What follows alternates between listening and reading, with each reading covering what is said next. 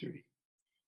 All right, hey guys, Ronin Man here, and today we got John on the line in Japan, and the topic is we're going to talk about how in companies, any small or large companies need to protect themselves, and we're recommending that insurance companies create a liability insurance, like a disaster insurance for Me Too lawsuits. We're going to talk about the ramifications of that. How you doing, John? Hey, how's it going? It's been a long time. We haven't had a chat. Yeah, So, yeah. It has been a while, man. Definitely. yeah. Uh, yeah. So, what do you think? Lots happened. Watching all this. Yeah. You're in the heart of the jungle there. I don't really get much of the Me Too stuff over here, but I'm reading up on it, basically because it's not as significant as it is in the West, right? Yeah. Well, This whole the Me one Too that thing. really got my eye, really got my attention was the Steve Wynn lawsuit, because that Yeah. lawsuit was it was not by somebody who had supposedly been harmed by him. That was from his ex-wife, and so Yeah. Steve Wynn's ex-wife was trying to get more money from him, and Hmm. so she sued him. And this came out as, like, I don't know. I guess it was some kind of reason for why she wanted more money or something. I don't know the exact details, but I know it was his ex-wife, and that caused Hmm. Wynn Corporation to lose 10%. It was over 10% of the value in one day. And I don't know Sure. what the monetary value of that. Do you know what that is? How much they lost in one day? Let's see. Go ahead. And, yeah. So it was. Yeah. That win, I know about that win. Steve Wynn is quite a famous guy. Very like there. Well, I've I watched. met Steve Wynn. I met Steve Wynn. I went to. I was invited to go to his musical. He had a new musical about 3 years ago, and I was in Vegas, Mm, and I was with a friend of mine who runs Fox News Radio, and so he invited me to come, and I had a press pass, so I got to get into the front, and we got in, and I was just going for fun. I was not. I'm not in the press. I think a lot of people. I just have a lot of friends, so I talk about different people, but I was with this guy, and we got to the front, and then Steve Wynn was there with his wife, and so we were sitting like 4 rows behind him. And then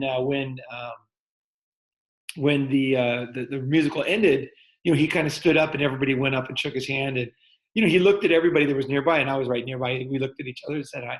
Kind of smiled and said hi, but I didn't get a chance to shake his hand because he was in the when you're in the when you're in the like a theater, and like the chairs are pretty close together. So yeah, people were crushing in to shake his hand, but I didn't want to do that. So I'm like, cool. I get it. Yeah, I was just standing by the aisle, and I was like, just kind of thanking him for a really nice show. So Right. I got to see him up in person. It was interesting because I was really surprised, like how old he was. He looked really old. He looked much older than I thought he was in person. Oh, oh yeah. Yeah, and he was also very what do you call it? I felt very gracious was my feeling. Hmm.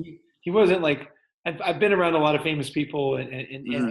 they often have a different vibe than he did. He had a nice vibe. Like, that's all I can say. I can't say Very, too very much. humble guy. Yeah, well, it was like the feeling was like, I'm doing my job, but you could tell he didn't want to be there that much. You know what I Yeah. mean? Well, it's. I guess he's had quite a long career. I watched the documentary on him. That's why I know the name. He Oh, really? basically, Oh, you saw the yeah, documentary? Okay. yeah. Yeah. Because I think that name, like the documentary was a bit old, but his name was quite in the quite popular in the news. I think he basically built Vegas, like responsible for a lot of Vegas, the new Vegas. He's very, very important in Vegas, and I'm in Vegas now, and I meet people all the time who either know of him, interviewed at his company. I talk to people all the time that are somehow associated with uh, his company or himself, and so yeah, it's interesting to be here, and he'd like to see it from the perspective of people in Vegas. Is he's a bit of a hero, you know. Yeah, for sure. I, I, I wouldn't second guess that at all. I mean, just even his name. I mean, just that name alone. It Well, as couldn't far be as born with a better name. Yeah, as far as I know, he basically right to win in the casino. He was one of the first wave, or maybe the very first one of the, kind of the big companies that were starting to. It wasn't. I don't know if it was the first, but it used to be all mafia owning. Right, right. He's the one who changed it into a more of a what it is today. He brought it into what we see today. Right You to know, it, like an above the board corporate. conferences and family kind of thing, and more than just the traditional losing your money in Vegas kind of thing. Right, right. Not just like marketing to compulsive gamblers. Yeah, yeah, yeah, yeah. I mean, he Family feud. rebranded it. He revitalized it. I mean, Right, he's right. And he's very liked in Vegas. I got to say that. Yeah, of it looks like course. here that they lost Wynn Corporation, Wynn Resorts, lost $3.5 billion in value in one day because of the Me Too lawsuit against him. And Wow. also, yeah, He he the he loss of was also he took a big hit in 2000. I guess it was 8. He took a big hit there, and he's the only one who I think survived. You know, right, right. that's the other thing I think I remember Well, that reading there's about. there's a lot of issues with this one because the gaming basically industry issues licenses like the Nevada Gaming, I forget what it's called. Mhm. They issue licenses to people that are basically they don't upset the social morals. Like it's not a license like a driver's license. A gambling Mhm. license it's based on your personal reputation. Oh yeah. Yeah, so they had to get rid of him because they were in danger of losing their license as a Uh, casino. So wow. yeah, so they had no choice. So they had to get rid of him. I don't think they wanted to, but they couldn't gamble with their license, right? So they had to Hmm. take and he probably recommended because I'm sure that he has a lot of, obviously he built the place. He wants to see it succeed, right? So he Sure. stepped aside, but How it's interesting. how ironic, eh? How ironic. The guy who really was responsible for the new Vegas as being like given the bums rush. You know. Yeah, yeah, yeah. Just out without even a thank you or anything. Here's a quote from a J.P. Morgan analyst. A scenario where Wynn Resorts doesn't have Steve as the CEO is not good for the company. We also have held the belief that Steve Wynn, given his long history of creating shareholder value, going back to his Mirage Resort days, has Hmm. received a premium multiple on the stock for his hands-on investment. So the company was valued higher just because he was CEO. So the company itself is going to take not just that one day $3.5 billion hit, but like forever, because Mm, it's kind of like when Walt Disney passed away, or when Steve Jobs passed away. It changed Apple forever. It right. changed, and Elon Musk was killed in an accident. I guarantee you that Oh, Tesla Corporation would take a massive hit, and it wouldn't be a single day; it would be forever because right, he's a key part of the company, right? right. People like this are not like secretaries you can just replace. They're I shouldn't say secretaries because there's all kinds of secretaries. Some secretaries are essential, but some people are easy to replace than others. Mm, Charismatic mm, people that are trusted in leadership positions who've built corporations, have long-term like positive reputations, are really difficult to replace. They're really like. Well, I know uh, when Jim Sinegal retired as a mhm. CEO of Costco, it was Yeah. kind of the beginning of a bit of a downward trend for that company. And you see that with a lot of famous Oh, people. Sony. Oh yeah, yeah, yeah, absolutely. Akio Morita, Yeah. uh, he was up at the peak, and when he passed away, he went down pretty quickly actually after that. It's so much part tied into the brand, you know? I tell you, did I ever tell you I almost met Akio Morita? I never did. Did I ever tell you that story? I think you might have, but Oh, I, okay. I remember that book. I read it several times, you know?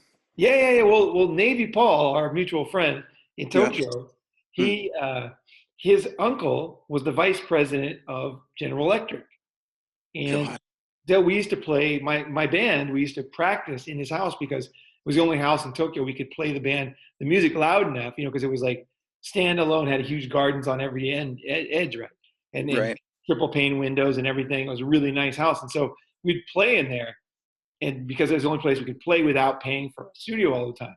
Yeah. And I would just stay at my friend's house. We'd play all the time. And it was fun. But Akio Morita used to come over to his house all the time. He was friends with Whoa. him. And Whoa. yeah, I just by chance, I was never there on the night that he came over for dinner. So I was always a big fan of his, actually, even though I read his book, The Japan That Can Say No, which was Yeah. definitely on the racist side of, like it was very Yeah. controversial.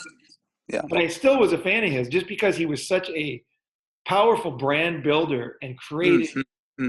created so much value for the world and for me too, because I bought a lot of Sony products. I had the Mm-hmm. Walkman, back in the day. Mm-hmm. And I always respect people like Shoichiro Honda. Yeah, yeah, yeah. I read those books too. It seems like there was a wave of those kinds of books, and this is way before Apple. They kind of sort of led the path for Apple, I think. Well, they definitely did. I mean, you know that Steve Jobs was a big friend of Morita. Oh man, it's Oh, totally because I remember the Sony stores back in Canada. That was the only place you could buy Sony. yeah, that's where he got a lot of his ideas. He hung out with Akio Morita and was good friends. It's all in the if you read his autobiography, it's really a great book actually. So you can put it all together, eh? Oh yeah, well, Sony was the first one that did like very professional packaging. So they didn't just have a nice product; they had nicer packaging inside the box. The throwaway stuff looked nicer. And Mm-hmm. Steve Jobs was very impressed with little details like that. And Mm-hmm. so Mm-hmm. he took that seriously, and his boxes are obviously, awesome, right? And then also Oh when you yeah. open up a Mac product or Windows or whatever, I mean, sorry, any Apple product, the inside, the wires are beautiful. Everything is pretty all the way down to all the way out to the outside. So he did learn from him a lot, yeah. But so yeah. So what do you think? I mean, what? I was just thinking to myself. I haven't heard anybody talk about this, but I think that companies that have basically men and women working together Yeah. need to have some kind of a protection, Yeah. so they can have maybe like different levels of disaster insurance, right? It is definitely a disaster. It's a type of disaster. Yeah, yeah, It can be classified as a disaster. I mean, what else is a disaster? What could be more than a disaster than that? yeah. $3.5 billion in one day, and I also mean, a lifetime lower multiple price earnings ratio, right? That's serious stuff. I mean, that's like the thing is that is like the difference between success and failure for companies. that's like burning down the houses in on the hillside in California. It's the same effect. Yeah, if you ever study accounting, that's called goodwill. So when you like a company like Coca-Cola, Yeah. they have a brand name which is worth a lot more than just the Oh recipe. yeah. Hmm. And Hmm. that brand is the value, the difference between the assets and then the total, like what it's the total value of the company is rate Right. is called is goodwill. So that's goodwill, and that's in many aspects. And a lot of it is leadership or brand recognition. Ability to launch new products based on that strong brand and things like that. Right. So Right. Like if he put his name on a slot machine and brought it over to Japan, it'd be sold in a minute, right? oh, for sure. Oh, for sure. If you had Win, he could do a lot of different products actually. Win. I don't know. Like, what would be a good one? Well, because gambling's getting growing, it's going to be a thing by the Olympics here, right? Yeah, but a brand can be used for a lot of. I mean, look at George Foreman Grill. I mean, George Foreman Grill is Yeah, right. huge seller, right? And he's kind of known as a cool guy, ladies' man, this and that. Depending on Mm. how you look at it, obviously he's an old man now, but I mean, his name is still strong, right? Even after he passes away, the Win name will still be. Like Jeep is another example. Jeep. Remember in China, like they Yeah, just that's use. why the Jeep clothing was a huge thing, and that's why the Chinese, I believe they purchased Jeep. I Hmm. believe the Chinese own Jeep. Wow. And Yeah. anybody who doesn't is listening doesn't know is that in China they sold the rights, or they I don't know if it's called they sold the rights, whatever they gave the rights to somebody in China to Hmm. produce any other product using that brand. And in America, you only have Jeep, Jeeps, right, cars. But Right.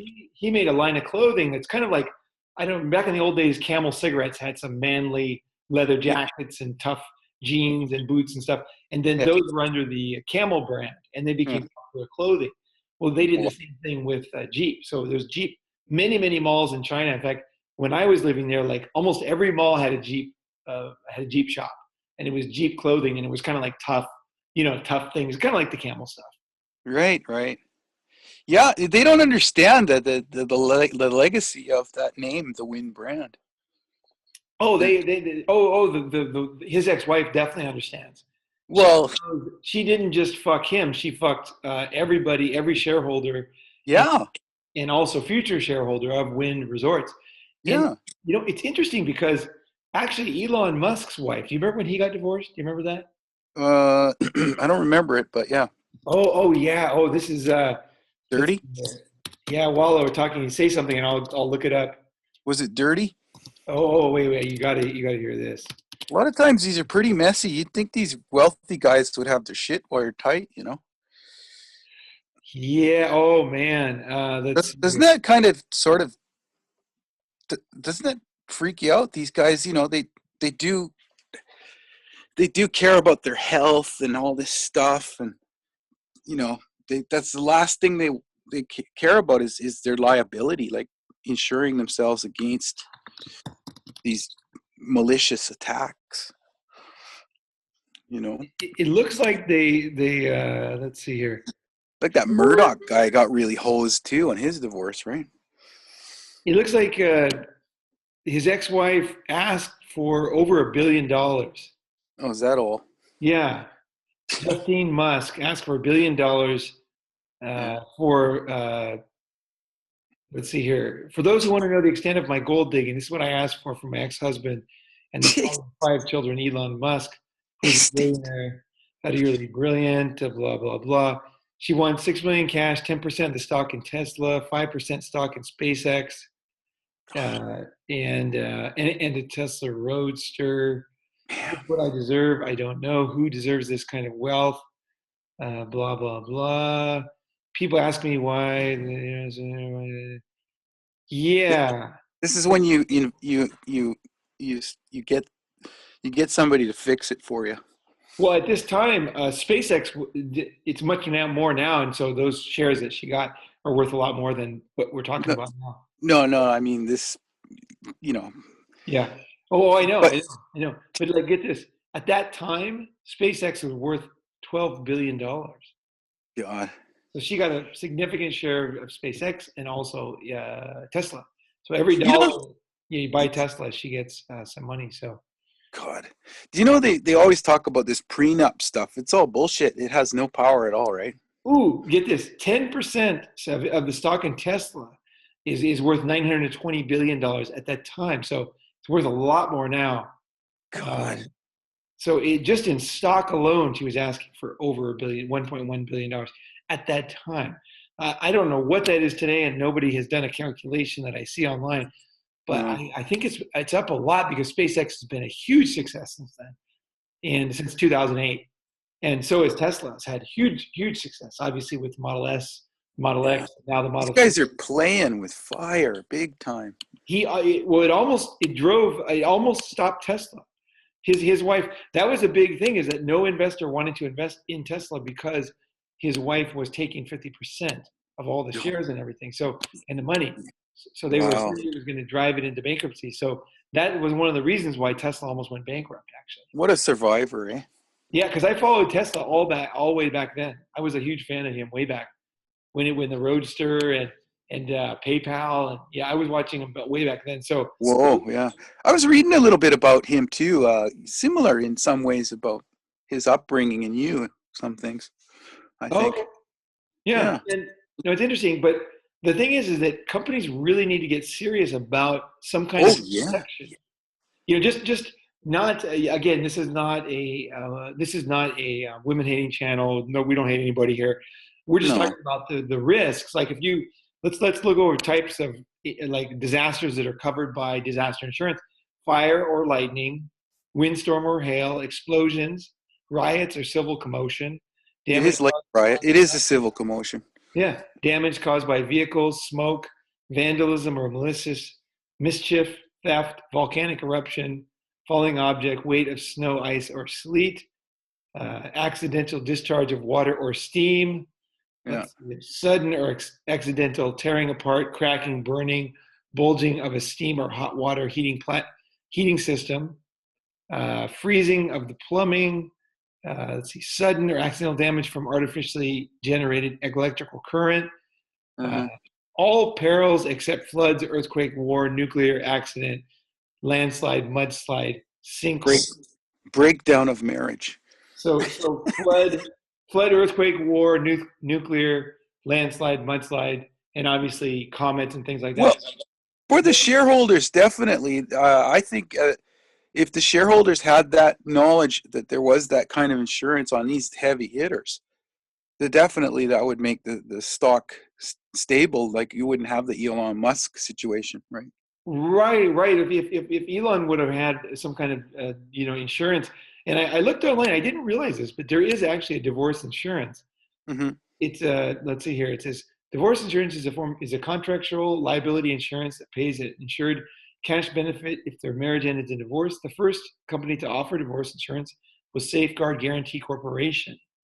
So it's the significant financial risk of the divorce proceedings. And as divorces have increased around the world, divorce has become a major contributing factor to bankruptcy, poverty, and so has created demand for this product. So yeah, so like it's definitely it's out there, right? Mm-hmm. And there's also something called marriage insurance in China, which is very similar. Really? So, Yeah. if the Chinese are on board with it, it's an issue, right? Oh, for sure. China. Well, the thing is about China is that anybody, knows China realizes that there's not that many types of insurance. Like insurance is now it's starting to increase, but these are financial services. These are like, first they made products, they made physical products, right? Factories and things like that. Financial products are much more, sophisticated and advanced, and later on in the life cycle of a economy, right? So Right. you'll see companies in Africa making, products, first simple products and then more complex products, and finally, high tech, uh, you know, turbines for jet engines, and then you'll see financial services start to appear and insurance and things like that. So China is behind on that stuff. They're trying to catch up. They're doing a decent job, but for them to have divorce insurance already, it tells you that yeah, you're right. Absolutely, it's a very serious issue, or they wouldn't even have it. No way, because the government wouldn't even let them do it. You know what I mean? Mm-hmm. Mm-hmm. Mm-hmm. Yeah. Well, like that. Their middle class is almost as big as the American middle class, right? So, Yeah, yeah, yeah, yeah, definitely they're feeling the same bite, maybe yeah. even more. You Well, it know. looks like I'm missing my yoga class, so we can keep talking. I'm getting Oh. too late. I just Uh-oh. realized it's too late. Oh. Oh. I don't like that because I think it's important that that's part of your day, right? It is, but it's okay. That's the thing is like in life you have many priorities, and it's like you try to balance them all, but at the same time I think it's really really important to never become psycho about things. Like I think that's a key. That's one of my key values is like I like to eat really healthy. You know me, right? I like to Mhm. eat really healthy, and so what Mhm. I'll do is I might have some like spinach in my bag or something or whatever, and Mhm. I'll go to the bathroom or whatever. Or I'll walk outside. I'll eat it because if I'm going to a unhealthy like say a restaurant that doesn't have vegetables, I'll go Right. outside and I'll eat it, and then I'll come in and eat with my friends who eat unhealthy food, right? you know Yeah. so Yeah. like that's the way I do it. So I kind of like, but at the same time I won't bother my friends. I won't say to my friends, hey, you can't go here, we got Yeah. to go to this restaurant that's super healthy because I only eat gold Yeah. bullshit, right? No, I try to live my life, and I try to like fit my priorities in the best I can in the most practical way, in the most variety, so I can do all the things that I want to do. But everything is a compromise. I got a good friend right now at the Wynn Hotel, actually. One of my good friends is staying there tonight, and he wants to meet up. And I might meet up with him later on. But if it doesn't work out, I'd love to meet him. He's a great guy. His name's Adam. He just sold his company for $100 million. So Wow. no, you know what I just realized? It was a freaking insurance company. Yeah, I might get him on the podcast. I'll see if I can get him on the podcast. The irony. The company That Lloyd's? is hilarious because he sold his last company was a financial services company. And then Oh this yeah. latest one was an insurance company. Mm-hmm. Oh, that's What? funny. Oh, John, that's funny. I'm gonna see if I can get him on the podcast. So you have a part two. Yeah. You know the company Lloyd's of London? Sure. I use Lloyd's to send money from Japan all the time.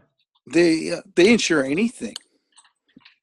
Right. Right. They'll insure like a pitcher's hands or whatever, right? Yeah. Yeah, a guitar player's finger. Right. Right. The The thing about hair. the thing though is I think there's a big difference. The type of insurance I'm talking about is a risk. It's a disaster insurance. So it's very different than a like let's insure this one time a very rare thing like whatever it is somebody's got some special skill and they're gonna insure part of their body or something. I'm talking about like a mainstream product, like almost like anytime you have this risk of being into a financial devastating lawsuit. I mean, $3.5 billion in one day and a forever cap on your price earnings ratio. I mean, that's that right there. Like that, this is it. Like there's no more waiting. This is the time. Well, even for the regular guy, the common guy, the common man, Yeah. a lot of times what happens is half his pension gets taken up by his ex. Well, that's what this divorce insurance thing is about here. Yeah. Uh, So that would suck. Like you worked you know, hard all your life, and you got savings in different accounts, and you got a pension. You paid into the pension, and you, yeah, ex- yeah. you're getting it, and then one day the courts decide that half of it goes to somebody else. I mean, it's so Yeah. arbitrary, No, it's a very serious thing, of course. and Yeah, it's and just it has no rhyme or reason. Has nothing to do with you guys met. It's what is it for? It's to go back to the standard, to what the person was used to at the time of divorce. Is that what this is about? yeah, and the only thing I will say about this is I think that we're seeing more and more of also guys getting paid out for divorce. Oh, Yeah, we're seeing this more and more, and so a lot of the MGTOW videos that you see where people are like talking about railing on about women always getting the thing in the insurance in the divorce. What I've heard more and more, this is just my own personal like my sphere. Now that I'm talking about this stuff, a lot of people are coming to me with stories now, and mm, I'm hearing more and more that there are what's happening to judges is what. Here's what I imagine. Here's the scenario I imagine is like let's say you're a judge, right? mm-hmm, And you have a case in the morning, right? And so before 12 o'clock, and the case is a man who has money and a woman who's a housewife, and then so you say okay, 50% to her, end of case, right? So then after lunch, you get another case, another guy who worked his whole life, and then you get 50% to her, and then you get like 50% to him, right? And yeah, then 3 o'clock, you got another case. In this case, is the woman's wealthy, maybe from wealthy family, or she earned her own money, business owner, whatever. And then he didn't have any money. The guy was a loser. And then the guy's like, hey, fair is fair, right? So he's given 50%. I think we're seeing more of that in these cases, and I got to say that I don't. That is not what I want to see. mm-hmm, Like I don't want to see if I think something is unfair. I don't want it to be unfair for the other people. Like I just right. think it's Yeah, stupid. it's just like two stupid things don't make it right. Exactly. It doesn't make me happy, and I don't even like have any like particular respect for the guys that are doing that. Yeah, You know what I mean? Like, yeah. and I just like I don't for It anybody else who's doing something that I think is unfair. it You just makes the animosity grow bigger, know, that's right? what it's about. And the thing is, if you hand a pyromaniac, like a blowtorch, Mm-hmm, some gasoline, there's mm-hmm, going to be problems, right? So anytime you're talking about handing people like half of someone's lifetime earnings, you're going mm-hmm, to get scumbags coming out of the woodwork, right? mm-hmm. And so I think what we're going to see over time is we're going to see more and more guys taking advantage of this divorce, 50% thing, and Right. and taking women's money because maybe they're angry about a previous divorce. Maybe they're, could be many reasons, or they could just be a plain old that kind of person from the beginning, right? I just don't like that. I think that I would like to see some just some realism to this whole thing. Like it just Yeah. doesn't. It makes no sense to me. Yeah. Obviously nobody should be homeless, and you know what I mean, selling their ass on the street. That's Well, not cool either. at the end of the day, it's who suffers? The shareholders suffer, like the wind thing. Oh Uh, yeah, back to corporations. Oh, definitely. Yeah, corporations. Well, the shareholders suffer, the employees suffer, the town suffers. oh yeah, the The town ripple, it of Las ripples. Vegas is already reeling from the shooting at the Mandalay. So just ripple, ripple, ripple.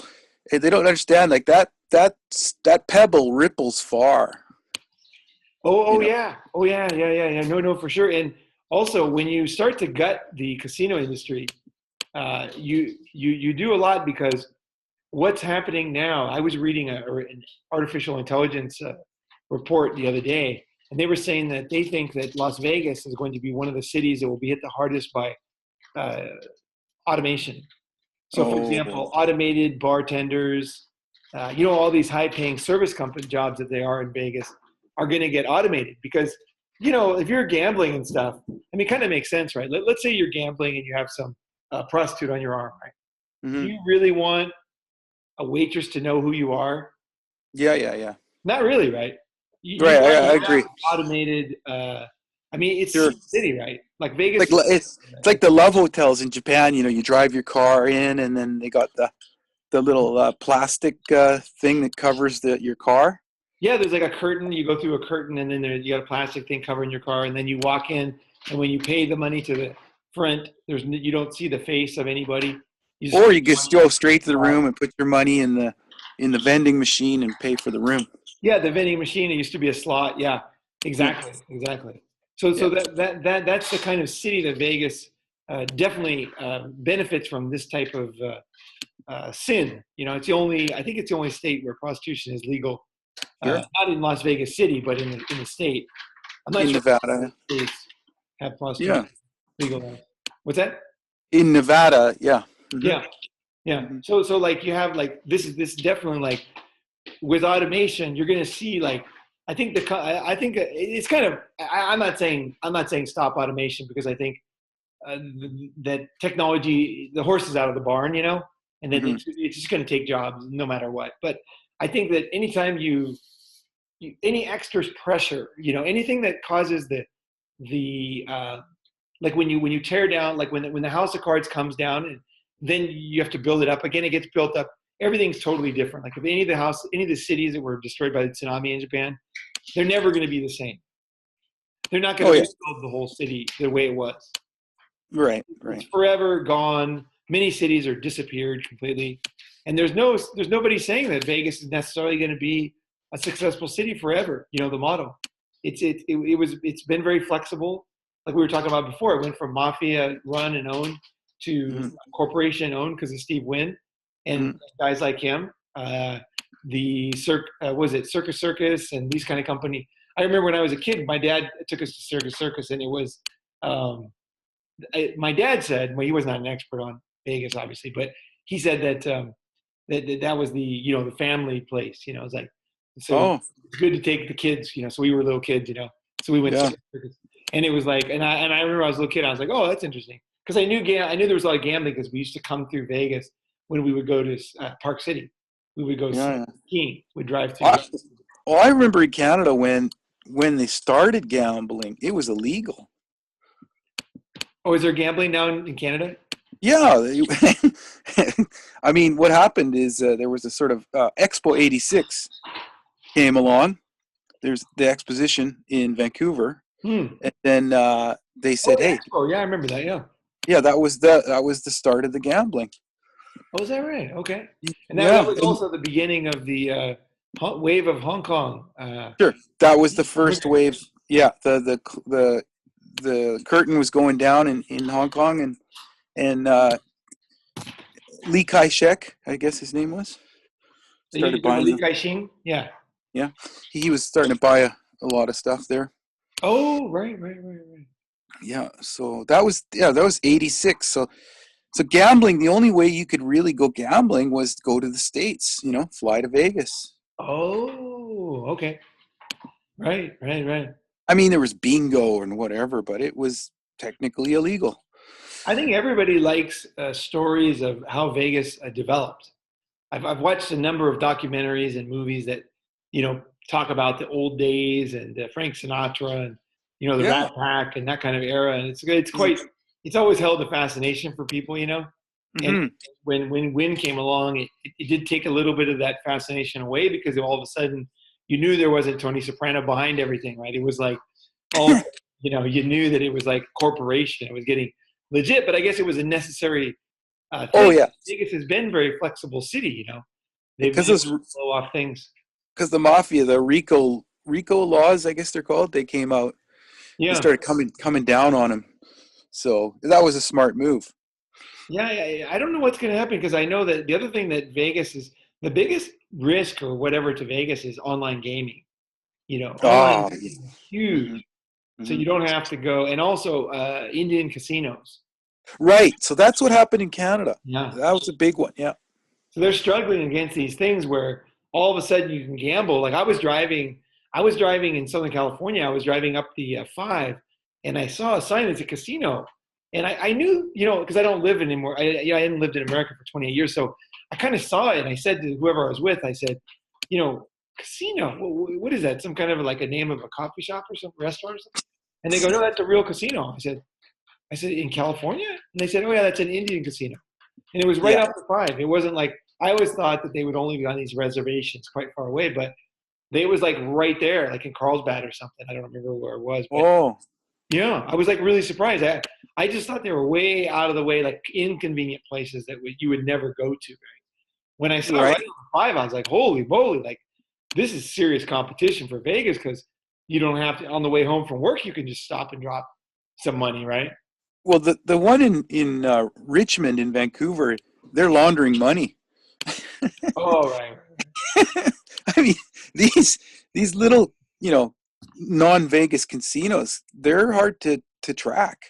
Oh yeah, I was reading about like a lot of in Mhm. fentanyl dealers Yeah. gambling in Vancouver.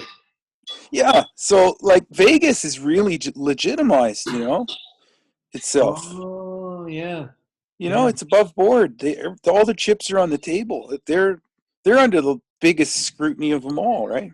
Oh yeah, oh yeah. They cannot play any games. Yeah, it's like super legit on the strip. Yeah, big time. And then So even in downtown, which is like a lower version of the strip, down there it's totally legit. You can't be pulling stuff. Like I was impressed, and I went there 2001. I was hmm, impressed. I was impressed by you should totally come visit. Yeah, the scale of the place, yeah. Oh and yeah, then it's an impressive city, definitely. But and I it's don't know how many torpedoes it can take. Losing Steve Wynn. Yeah, well, I guess he's old, and it was a matter of time. So, I guess that's one but another way to look at it. Is like the guy but was not 21 years old. He's old. sure, his days are quickly numbered, but it, Yeah, it he can't ruins the fall down the brand. stairs. I still think they're foolish the way they go about this. It ruins the Oh, brand. It's very exactly, because everything that Steve Wynn, I mean, the guy's life is an open book. Everybody knows. If you ask anybody, they like if you ask anybody on near the strip, about Steve Wynn, they'll like. I swear to God, like 20% of the people you talk to will say, "I did an interview at the Wynn Corporation. I know what the interview like." Apparently, he had like a particular interview process that was different, and it was a little bit sketchy. You know what I mean? Like, and Hmm. so like everybody knew it. It was an open secret in Vegas. Like Steve Jobs in the elevator kind of speech. What did he do in the elevator? I think he just gave you the like 8 minutes to prove yourself, Oh, right. Like it was well known his personality. Right, right, right, or right. whatever, 8 seconds or whatever the elevator speed was. Also, Steve Jobs was known for being a real tyrant too, Yeah, and that was and so part of it. people that Yeah. worked for him, they knew he was going to be a total tyrant, screaming at them. Pressure cooker. Yeah, Yeah, and they accepted that because he created something great. sure. It's like the Marines. Yeah, exactly. If you can, Yeah. well, that's the thing. They put you, and then the Navy SEALs too. They put you in environments where you just can't handle it. Right, where they push you past your boundaries, Yeah. where you have to. reach down deep and Yeah. decide if you want to raise to the challenge. You know what I mean? Yeah. And they're ready for it. They're ready to take you home right away, right? Yeah, no, I think it's a good thing, and that's actually part of the product I'm working on now, unblackmailable. Is that it's like when your whole world collapses, when everybody turns against you, like whether it's loss and divorce, loss of whatever it is, when you lose everything and you have to start over again. I have a lot of experience with this, and it's like, what do you have inside of you, and what tools do you have to overcome that and to power through? Do you have because like when you lose everything, a lot of guys commit suicide. Yeah. Yeah. Yeah. Like no joke. Like a lot of people commit suicide. No, no, no. Or when they get accused, especially if you're famous and you get accused by the press, the kangaroo court, right? Oh yeah, yeah, yeah. A lot of guys commit suicide, and in fact, a lot of MGTOWs have texted me that they're living in their cars. They thought about suicide. They saw my videos. They decided not to commit suicide. I've had at least 3 emails like that. Wow. Yeah, guys that were thinking about committing or going to commit suicide. Yeah. And I assume they're real. I mean, I really do. The way they said it, I can't see that they were exaggerating. What benefit is it to them to get accolades for that? Nothing. No, no. And there was a couple other guys who were really down, but they weren't like talking about the S word, No, Yeah. no, 4. What am I saying? 4. One Yeah. more. I believe it. I take that as face value. Yeah. And I don't know this guy, the fourth guy, he was 100% serious. So Because it takes a lot just to even say that. yeah, yeah, guys don't like to say, yeah, it's not like, oh my gosh, I'm so proud. It's I was going to weak. commit suicide. It's weak. Yeah. It's Yeah, weakness. no, male suicide is going through the roof. That is, I'll tell you something. Male suicide is the biggest reason why I made a MGTOW channel. Because I'm glad. I'm glad because yeah, you're right. It is going through the roof. It's absolutely uncalled for. well, in Japan, I think it's over 80% of suicide is male. But the Yeah. press never says that. They always say there's a high suicide rate in Japan. They never say it's all men, almost. Yeah. They never Yeah. say that. They No. never say that. They never say the situations that they went through before the suicide. It's not like there's I guarantee you every guy that wrote Ronin Man talking about suicide, they were all living in their cars, they had lost in a divorce, and they were like very, very despairing, It's a certain. I think there is a certain. If you can look for the signs are there. Yeah, but that was what really like the other stuff I don't have I don't have any affinity for guys who hate women. I just don't understand that. I really don't. It's ridiculous to me. I mean, if you don't have a mother, like like it just doesn't make sense. Like I've had so many people help me over my lifetime. It just doesn't make any sense to hate half the population of the world. I just think that when I saw I thought the unfairness and the cold callousness of society to men's lives in suicide. That was the thing that. Well, we're responsible too, right? As men, we're responsible for allowing that to get this far, to not put our foot down and stand up I don't for know our. about that, but I know it Well, motivates. for standing up for ourselves as human beings, Oh well, the thing is, on an individual basis, of course, everybody has in every situation, everybody has some personal responsibility, but you have to look if you're going to look at it statistically, right? You have to say that it matters, right? Because as an individual, you don't want to say like, hey, my parents got divorced, so I'm a fuck up. You can't do that. That is No. a loser, no way to go. But if you look at kids of divorce, you're going to see that there's a high percentage of kids that don't do very well. Yeah. And so there's 2 things. You have to say, for myself, I ain't going to let any of this stuff bother me. No way. But if you're looking at helping society or wanting to understand societal trends or what's happening in the world today, you have to look at the numbers and you say, wait a second, I read I was just talking about this morning actually with a friend of mine, and there was a really, really super fascinating, I forgot if it was a book I read or it was a long white paper, but it was on traffic accidents. And basically what it said was, if you do something as simple as put a piece of paper on the road, let's say you just take a piece of paper, you put it on like a street corner, Mm-hmm. that will statistically increase the amount of deaths on that street corner over time. Because there will be somebody who will look down at the paper for a microsecond, Right. then look up too late and crash. Okay. And so, the bigger diversion you have at a traffic light, like say something small as a branch coming out over the sign, it's a little bit difficult to see the red light, right? Yeah. The green light, or the sign, street name, whatever it is. All those little details. Anybody who's a city planner, you have to be dead serious about this stuff, because you want everything super visible, because you know that everybody's not totally paying attention. Some people are not paying attention. They're listening to music. They're arguing. They're in a bad mood. Something's happened. They're unhealthy. Somebody called them. Something is going on. And so you have to just be realistic and say, I want to make the safest corner I can.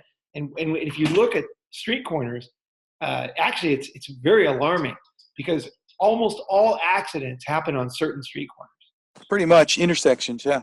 Yeah. Well, no. There's specific ones. Oh, okay. So like there's like devil triangle traffic signals and devil triangle intersections. And if you know which ones they are in your city, you'll be extra careful, because I do. Oh, really? Yeah, because that's the thing. As long as as soon as you realize, I'm careful to listen for that, and if I don't know, I might inquire. What's that? I'm careful to listen for that, and I usually say something. I go, God, that intersection's shit. Yeah, and then somebody will say, oh, that's the worst intersection in the city. Did you know that? That's right. It's those kind of things. So you have to look at the statistical. You can't just blame it all on the drivers. You have to say, wait a second, the city has responsibility. Yeah. They have responsibility to make, like, if you have an intersection that is causing a lot of accidents, yeah, you have to change that. You have to say, okay, yeah, because statistically, children are going to die, people are going to die, right? And well, that's just the people that make the changes are the city planners, but a lot of the insurance companies are part of the problem too. I don't know, but I know for sure myself, when I drive now, I do, whenever I hear there's like a death, or I see those, they people put flowers when there's an accident in Japan. I personally pay attention to that. Yeah. And I look very carefully where those things are. And I use that in my mind, as that's probably a Devil's Triangle area. Yeah. That's probably why that accident happened. I just assume that, and then if there never are any more accidents, then I throw that away. But it's a very big red flag when I see a death in a certain area. Yeah, this is definitely good information. Like when I'm driving too, I make mental notes all the time, because I ride the motorcycle too, right? Yeah. Well, the other thing to think about too is time of day. So I remember when I used to drive. Yeah. Yeah, when I would go to my junior high school, when I was in junior high school, we had this very steep hill. And the thing is at the time when the school started, well, it's still a school there, and kids still go to school there, but the time of the school starts, when you're driving up that steep hill, that's just when the sun's in your eyes. Oh, God. So it's very dangerous, because they can't see the kids on their bicycles. We used to always ride our bicycles to school, not like today where the kids get dropped off. We all walked and took our bikes and skateboards. We were all over the road all the time. And so there was people getting hit quite often because the sun was in their eyes, right? Yeah. And I always thought that was kind of lame of the city not to address that. But as a realistic guy, you have to look at risk and numbers and stop blaming the kids for getting run over. Yeah. Right? Like, you stupid kid, you got run over and killed. What was wrong with that kid? You know what I mean? It's like you can only say that so many times, and you got to look at yourself and say, wait a second, Yeah. And also, that's what signage is for too, right? You can have a sign there saying between hours of whatever, blinding light or something, Yeah, for sure. Some kind of a warning. Kids that play, a picture of a kid on a skateboard falling down, and then the light in your eye, the sun. No words. Yeah, just an image of a kid wiped out. Yeah. I remember coming down that hill in junior high school, and my friend was jumping. He was flying down the hill on his BMX, and he did off the curb right next to me. So we were right. Imagine I'm going down the hill. He's on my right, and he goes off the curb in front of me, like just next to me, right? And then did a cross up, right? But Mhm. when he did a cross up, his front wheel came off, Oh. and so his wheel went in front of him. Mhm. Like it fell down and was like going down the hill in front of him. And then he looked over at me and he's holding his handlebars and he's like, ah. And you guys were both laughing. Oh, not he wasn't laughing yet. Oh, he ate crap, man. Oh, it bent his forks totally back. Over the handlebars is the Over worst. the handlebars, face first, going like 30 miles an hour. Yeah, Yeah, just wipe out your schlong and everything. full face plant into the concrete. No, of course, no helmet or anything. Yeah, Yeah, yeah. He yeah. survived. He's a Hamburger. very wealthy guy now. That guy. That probably taught him a lesson. Every time I see him, I mention that because the look on his face was absolutely priceless. I mean, I'm telling you, I was right next to him too. Like, oh man. And he was that kind of kid too. He had a real expressive face. Like Oh one yeah. time he was laughing. His parents were Italian, and he had this like kind of grin about him, and he was like laughing. He was looking up, and the seagull shit right in his mouth, like Oh God. My. it went into his teeth and came down his lips. Oh man, we were. Oh, The only time seagull shit I saw somebody it landed on his head. But oh, really? Oh, yeah, yeah. That happens all the time. Seagulls actually that's aim for you. They try to hit you.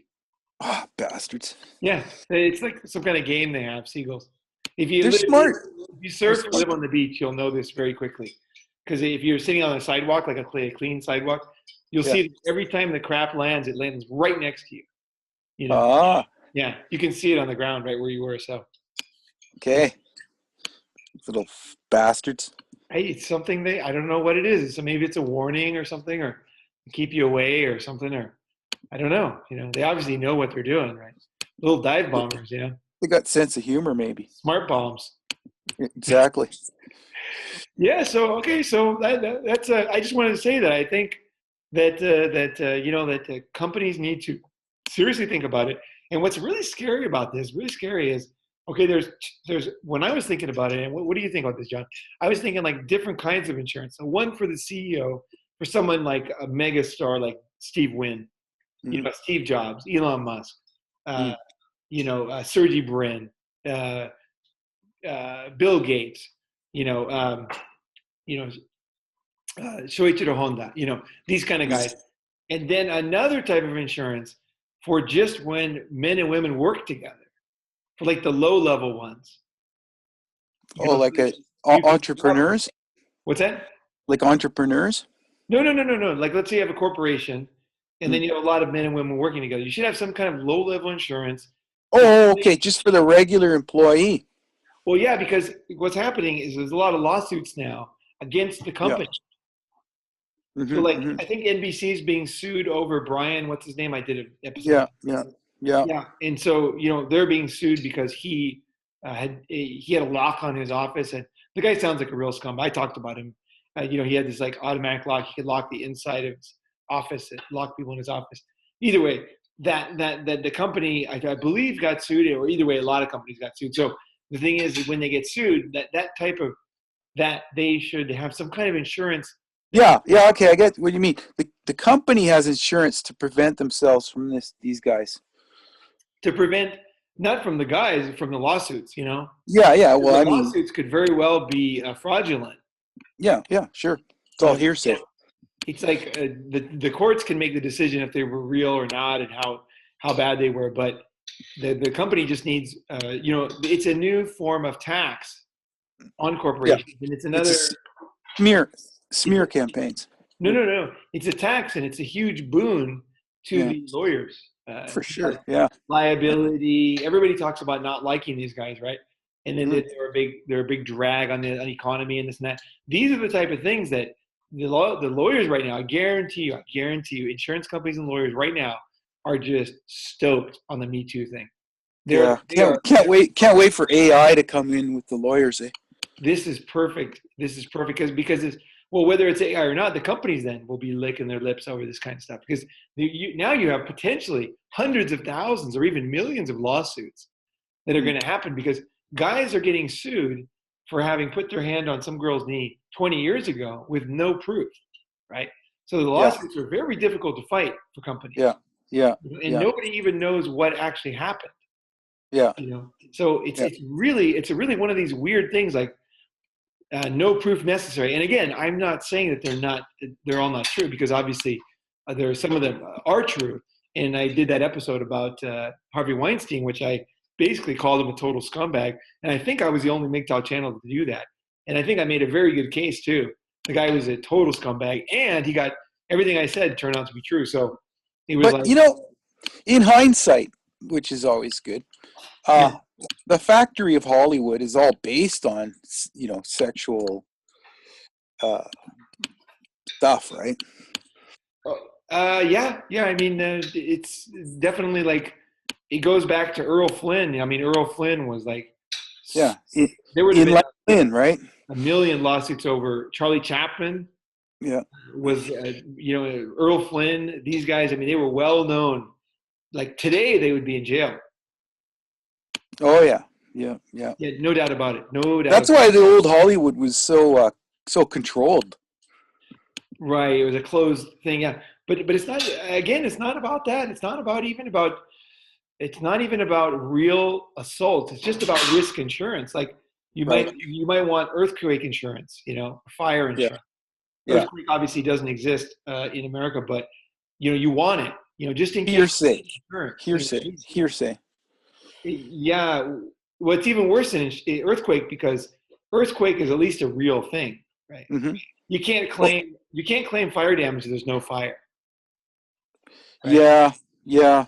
You with fire damage, flood damage, electrical damage, all these things have proof. Yeah. There's damage, whereas a lawsuit like this is based on something that happened sometimes 30 years ago. I think, who is it? George Takei just got hit with a gay guy who said he was like assaulted like 30 years ago. Man, like this to me really is asinine. Like the thing hasn't even hit the court yet, and the people are convicted. Oh, that's the other thing. That's obviously the other thing, is that That's totally wrong. The names shouldn't be published. None of this shit should hit the press, or even if it's leaked. If it gets leaked, they should be punished for that. Until the guys hit the court. right. Or the None of woman, this, like, stuff that's going on. I don't agree with any of that. the what is her name? Garcia. Uh, uh, let's see, what's her name? Christine Garcia. Christina Garcia faces multiple lawsuits. She played spin the bottle with her subordinates. Mm-hmm. Now the thing about her is that she's a big Me Too person. She said that any guy, she's on the record in speeches and everything, videos, saying that guys who are accused of whatever, any kind of sexual thing, should immediately resign just for being accused. She said Mm-hmm. that. And now she's being accused by multiple men. And apparently it's like well known that when she drinks, she does Mm-hmm. this. Mm-hmm. She grabbed guys' crotches. She told a number of her staff that her goal was to fuck them, Mm-hmm. and that she played spin the bottle with her um, subordinates. And she also had a bottle in her desk and encouraged the guys to drink and work. Mm-hmm. And then when she would drink, then she would do this, right? She's obviously got some kind of drinking problem, right? Mm-hmm. But the thing is that she said, demanded. She was a big Me Too person. She's one of the most high profile Me Too people, and this is one of the big problems. That one of the reasons why you're not hearing about Me Too right now is because of Christina Garcia, because Mm-hmm. it's not all men, and now all of a sudden it's like women doing this, and Mm-hmm. so people are all of a sudden saying, "Holy shit!" And not only that, it's really a worst case scenario, because she was a big leader, and she's a Democratic. I think, what is she? She's a lawmaker. She's an assemblywoman, Mm-hmm. California Assemblywoman Christina Garcia, Mm-hmm. Democrat. Yeah, so she, Perfect. You got a Democrat minority with this feminist kind of agenda getting getting it served up. after she served it up to a number of guys and led a movement. Well, this time it's getting repackaged. Yeah, so this is kind of like what I was talking about, like divorce too. I mean, the problem with these things is they create. Anytime you give people an opportunity to get free money, Yeah. everybody comes to the trough, right?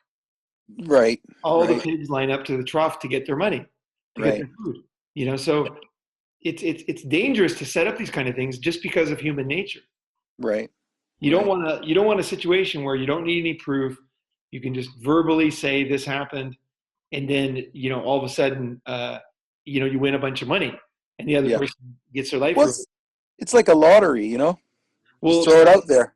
if this woman wasn't so bad, like she had I don't even know how many guys are telling all their stories, and the stories are everything is coming out about this woman.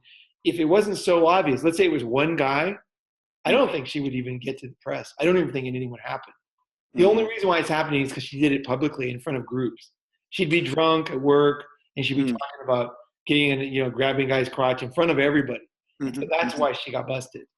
It's The because the thing, the deal with that is, if these guys get accused, or women get accused, you know, I don't know why the media is given such free rein. It's the courts really got to keep this under wraps. well, the media, you understand, because the media is a business.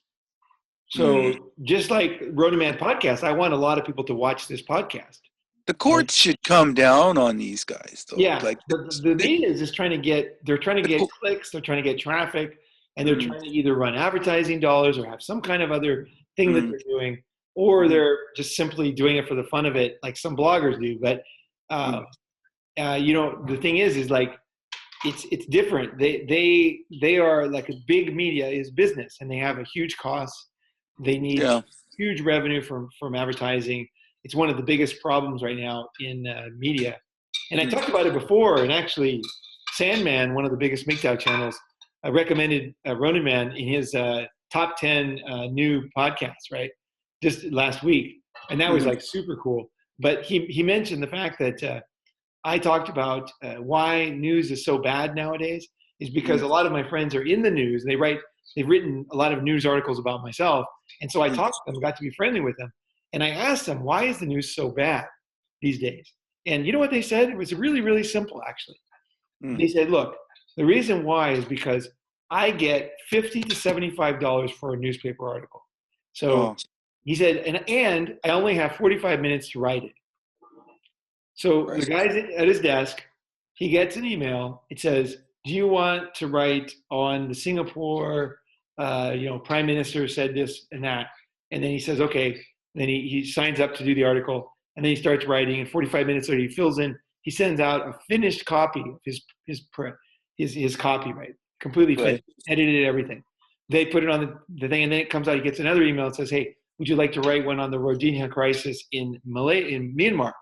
and right. and then he writes about that, and then he has 45 minutes to finish that. So naturally, this guy, everybody bags on the press, but I mean, how much research can you do when you only have 45 minutes start to finish, and when you Right. only get $75 max for an article? Right. Right. Right. You're That's not you're the not reality. checking your sources and stuff, right? Yeah, that's the whole reason why the news sucks, is because these guys only get a few bucks. You know? Yeah. And no Yeah. one's talking about it. I thought that was the most important thing. It's not about fake news. It's there, of course, will be fake news, but the biggest issue affecting the news right now is the fact that online news is destroying the advertising industry for the media. Like, Yeah. and so everybody's scrambling. Nobody has any money. Every company is like dying. Like even like really legit companies are using Taluma. I think it's Talumba. It's like a really sleazy like I don't want to say, I shouldn't say anything. I shouldn't say sleazy because I don't want to, have any problem with them. But basically, there's a lot of these. I'll take that back. Talumba is awesome. Yeah, these guys are great. Yeah, There's I other love it guys too. out there who have these like advertisements that are like they're like I don't know. They're practically like penis pills. 30 lose 60 pounds in 5 minute kind of pills. These are kind of ads that get put underneath. It's called an advertising network, basically. Have you heard of Right. that? Advertising network. Uh no, but I'll look for it. What they are, ad networks is what they are is they will go to the New York Times, they'll go to Washington Post, whatever, any of these magazines, and they'll say like, it's quite interesting actually. They'll say, look, you're not getting enough revenue. They say, look, we will drive revenue to you. Allow us to control the bottom third of your website. Right. We will put the ads we want to put. and you will get paid no matter what. And so the companies, they really have no choice. So even like really legit, just do this for a week. Every time you read a news article, scroll down the bottom, see the type of ads, and look for the name of the company that sponsors those ads. So if you have something like Google, that's different. Google ads are paid for by individual advertising people like me and you, and Right. also big companies who want to pay for a Google ad. This is different. It's not individual. It's like one company just saying, okay, they have their highest converting ads for whatever it is, suntan, pills, whatever, and then they will just pay you. So these like super legit companies are for being forced to have these super sketchy ads on the bottom, like super sketchy. Like if you start seeing them, you're gonna be like, holy crap, he's right. Ronin Man is Right. right on. Like Right. it's an absolute what do you call it? It's something that's not being talked about. It's crazy. These ads are like super sketchy, man. It's like hilarious. And they're very misleading. A lot of the ads on these ad networks. Hmm. Uh, and the thing is like companies are so desperate that they're doing it. And again, Hmm. I can't blame them. I mean, it's just real reality, right? If your company, like say you have a company and then you stop making money, you have to lower your standards, right? You got to figure out a way to survive, right? That's what these guys Oh, are. so yeah, it's good to know that the underlying current, right? Mm, there's The- no money in journalism anymore. yeah. That's just Yeah. a fact. There's no money, and so whenever you have no money, you have an exodus of intelligent people, right? They go somewhere else. They And go first. what's that? The intelligent ones go first. Right, right. The biggest talents, the most talented guys go first, right? The heavy And hitters go. Yeah. and then you have the rare people. You have the superstars like that get paid really well, like they're running like the Today Show and stuff like that. Right. But that's very rare. That's not the typical thing. There's a Yeah. lot of people on the news and that don't have any money at all. And I can tell you, as somebody who knows some of these guys, if you go out to dinner with them, you got to pay. They don't have any money. Like unless they're on a company like the rare investigative reporting trip, they're basically broke as hell. This sounds like a good lead into a new Ronin topic. And what would be the title? Okay, the topic would be what you thought. It's sort of like the Wizard of Oz kind of thing, you know, Oh, like what you thought was that's a the good idea. That's a good idea because that whole idea of the ad network thing is something that very few people know. I know because I do a lot of online advertising, and so like I sort look. of knowing the what's behind the truth. Like I remember meeting a famous author once, and amazing book and everything, and he was like my hero. I think I was 15, and I actually met the guy, and it was such a letdown. So the truth and then the persona are so different, right? What's behind stuff. What's Oh the yeah, truth, right? yeah, The yeah. kind The of Wizard of Oz for news and media and yeah. journalism. Hey, by Yeah, the like way, Dorothy goes up there and she opens the door and there's like this little guy or something. yeah, the Wizard of Oz is behind there. Well, the Wizard of Oz is not wearing any clothes. The king has no clothes when it comes to media. That's for sure. And That's definitely would be a good topic, okay, you know. let's do another one on that. And I'm just going to end this one. I just looked up Elon Musk divorce. Get this. You know those billions of dollars we're talking about to his Yeah. ex-wife? Yeah. Guess how long they were married? 5 years. 2 years. Oh, all right. Yeah. Not a bad not a bad move on her move, but actually potentially could destroy, the future of technology, Well, that no, kind no, but of this was an old story. The corporation overcame this, and they got a huge investment. stuff. In the Okay. meantime, Elon Musk used his own money, $110 million, I believe, from Hmm. PayPal, all of his fortune. He risked everything, Hmm. totally like he's a total gambler. He Hmm. put all the chips out there to save as they were making the Model S.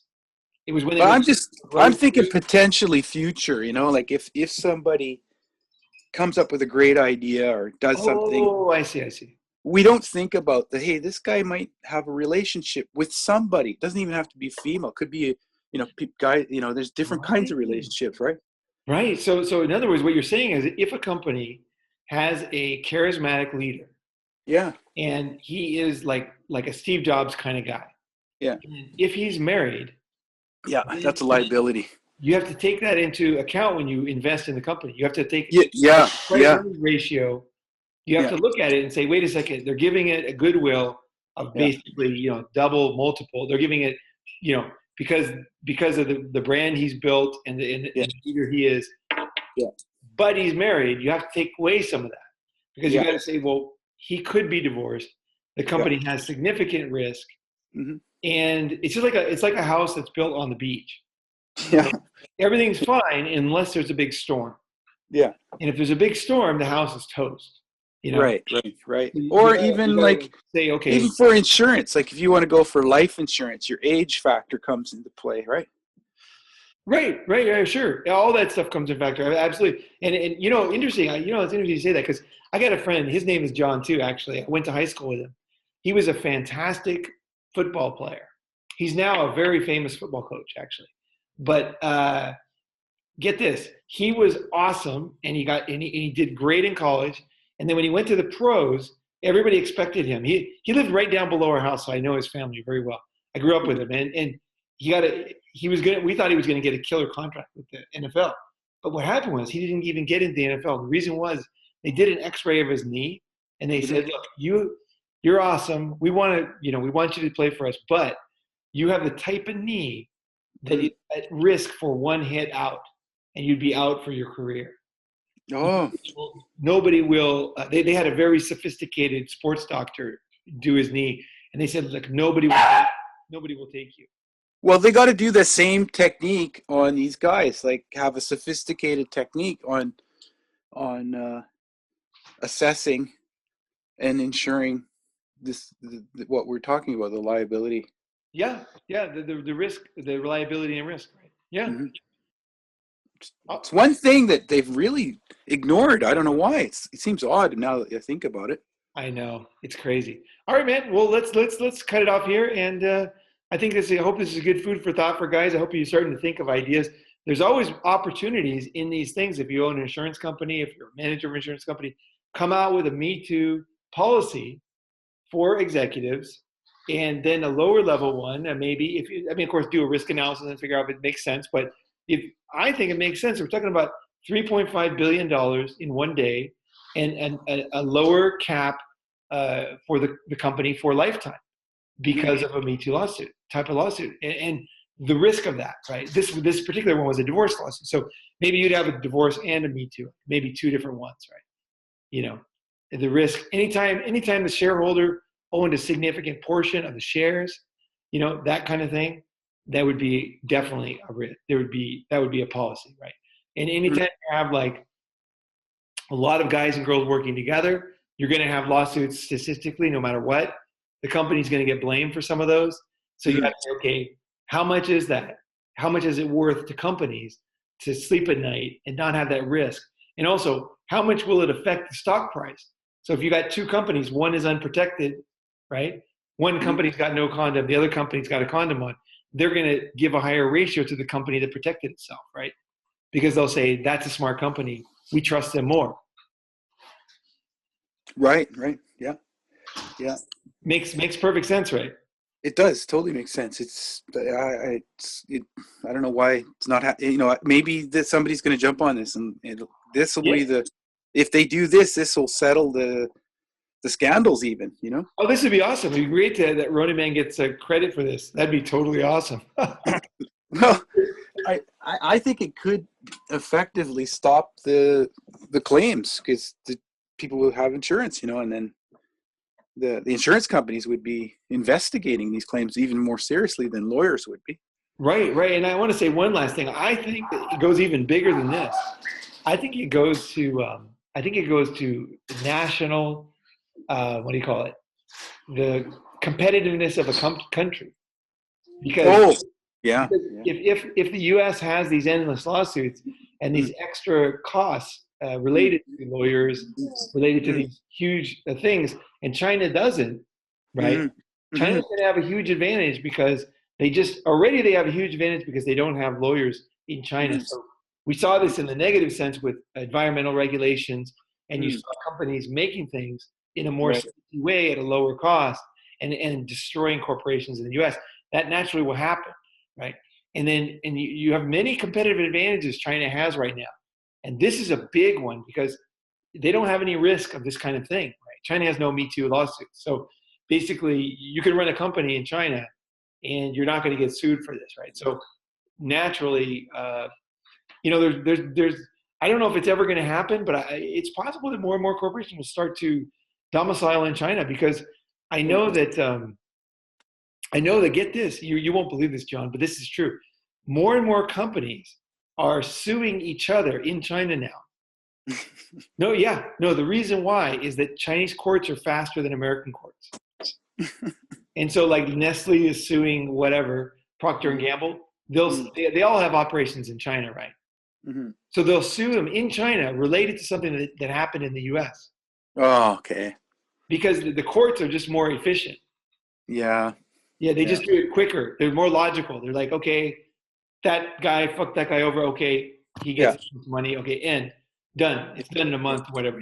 It's done Yeah. much more practically and much more fast. They're filing in China. Yeah. Yeah, they're filing in China. That's right. And they actually it's kind of a thing now. There's a lot of companies using China. If you read a China Law blog, it's a great blog actually. I read I it all think that's a critical component. The West, the North America, Europe, the brand is going down.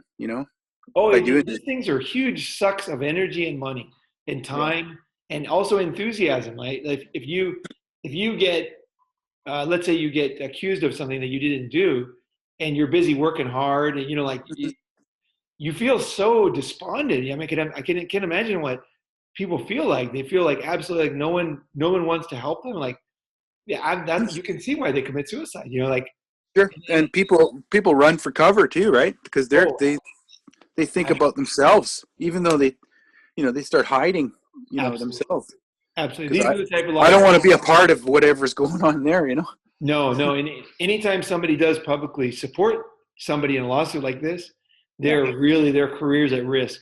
And you Yeah. saw Just a lot of Me Too by laws. association, you're guilty, right? Yeah. Right, right. Yeah. Well, what a Okay. good talk. We went all over the place. Yeah. All right, John. Well, thanks for being on. I hope you have a nice, what is it, Saturday morning over there, right? Saturday night over here. It's high noon.